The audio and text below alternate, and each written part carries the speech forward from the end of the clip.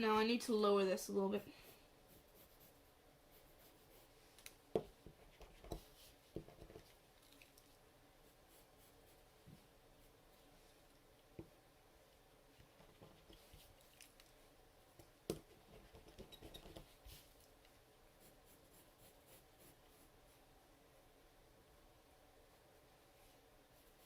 So you have that.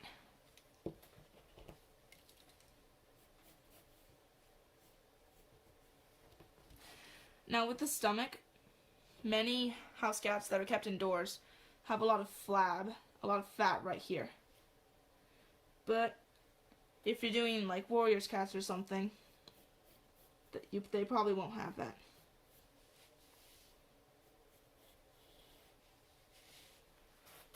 Again, make sure not to make the stomach too low. You really are only going to get this proportion thing with a lot of practice and a lot of looking at pictures and so forth. Now, when it comes to the legs, they have a lot of muscle right here.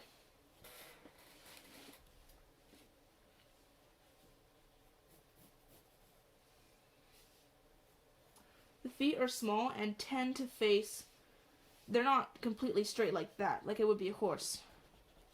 They tend to bend a little bit. And you may want to make a line so that the feet aren't lower than the front.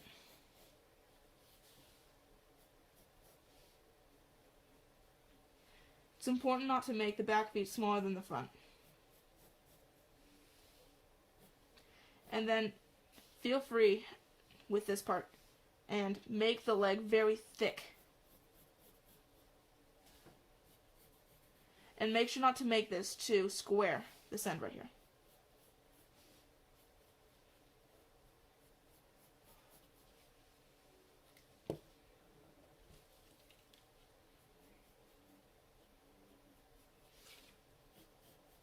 There we go. It's kind of hard to get this shoulder part down because it is very different from most animals. But with practice, you can get it pretty quick. Okay. I'm going to lower this a little bit more. There. Now, with the tail, remember they start out thick, get thin, and then a lot of breeds have it become thick again at the end. So,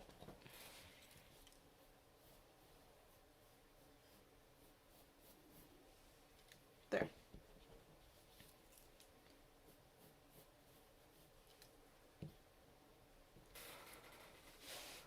So we got a cat here, and I'm going to just draw a few shapes to show you where all the parts are. These right here are the shoulders. This is the elbow, the wrist. This right here is the forearm. You have the shoulders. You have the paws, which is, they kind of hold their feet like that, so they're on the very tippy toes of their hands, you might say. Then we have the neck, and this goes over here, and it meets the shoulder blade. You have the rib cages, stomachs right here, and then you have the knees right there. And then you have your leg, and then the thighs right there, then the foot, and then they're on tippy toe on their back paws too. So you have that.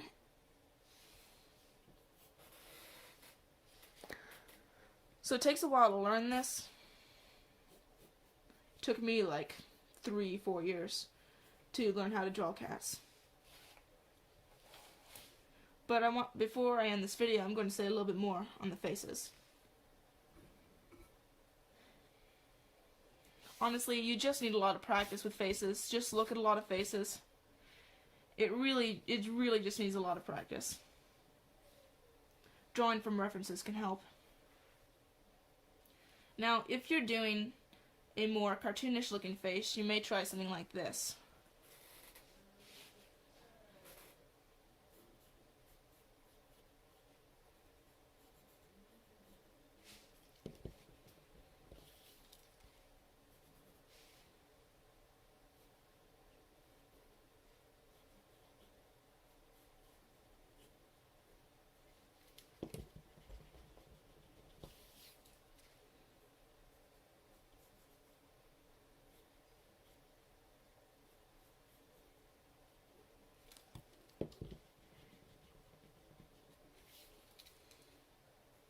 We'll just make this cat frowning, I guess.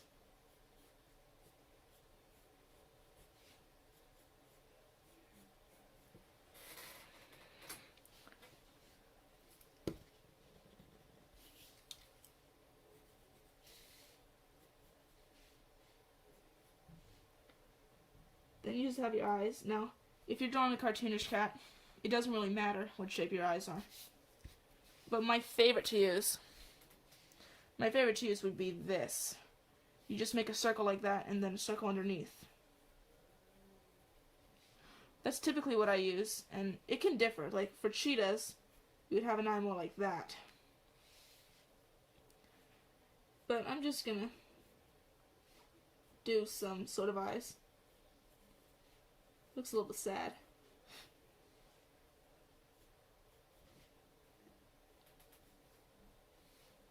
If you're drawing a girl cat and you want to add eyelashes or something, or some way to make it look like a girl, you can just add a little bit of black right there.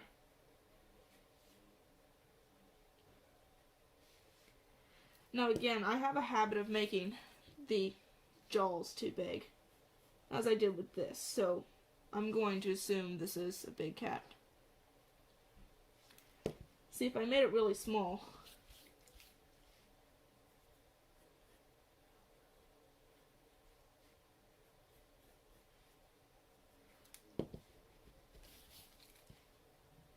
you have to lessen the nose for this.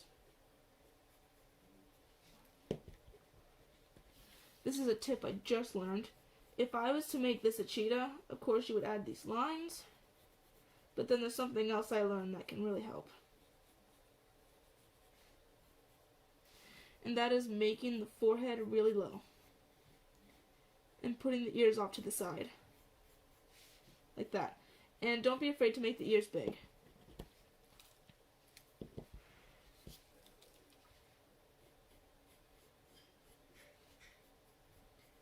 And there's going to be a lot of fluff right here.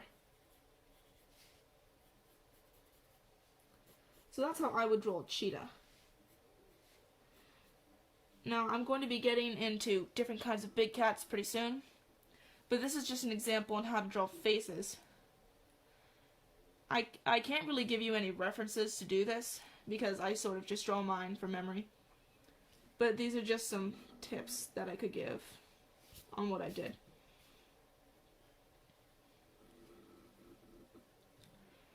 The eyes are extremely important. I would say the main things that would differentiate the wild cat with the big cat, the house cat with the big cat, would be the nose, the jaw, the eyes, and the ears. If you make the forehead low like this, it's probably going to give your cat a more cute look. But it all depends. You kind of have to mess around with this and find your own style, because the face really says what your style is. Anyways, so this will be the first episode of these drawing cats. I plan to do more in the future, just have some fun with this. But back to this reference point, I'm going to say a few things on the jowls. Yeah, actually, I'm going to do that real quick. I'm going to say a few things on the jowls to tell you if you want to do a cat with his mouth open as if he's roaring or something. This is a really difficult position to put a cat in, and I've not yet mastered it. But from what I do know,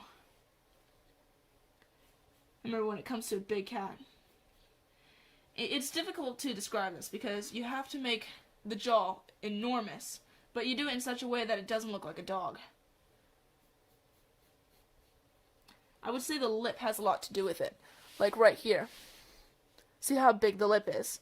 It curves like that. So, I'm just going to attempt here how to do a roaring.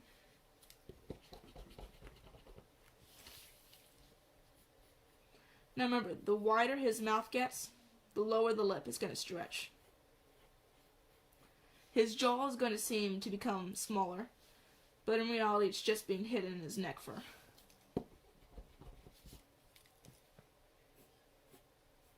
Make sure to bunch up the nose right here because by doing that, he's making a lot of lines there.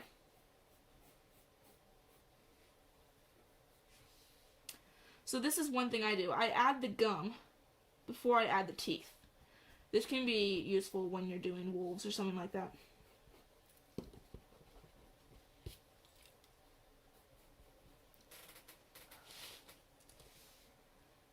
You'll add the eyes. Then you'll add the teeth. Make sure to make the canines very big.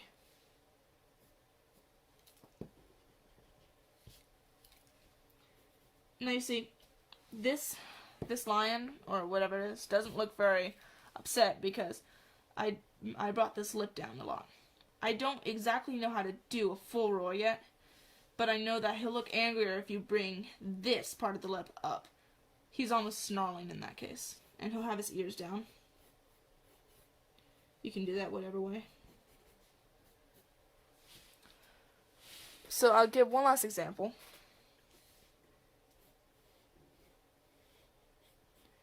You have like a cat, and suppose he's snarling.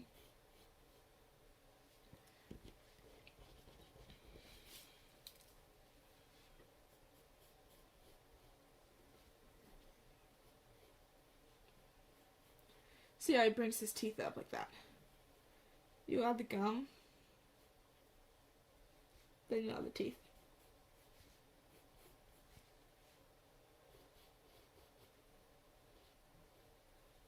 Is that an eyebrow? So like that would be an example if you're doing a cartoonish snarl. Of course now this video is getting very long, so I'll have to add more tips in the next video.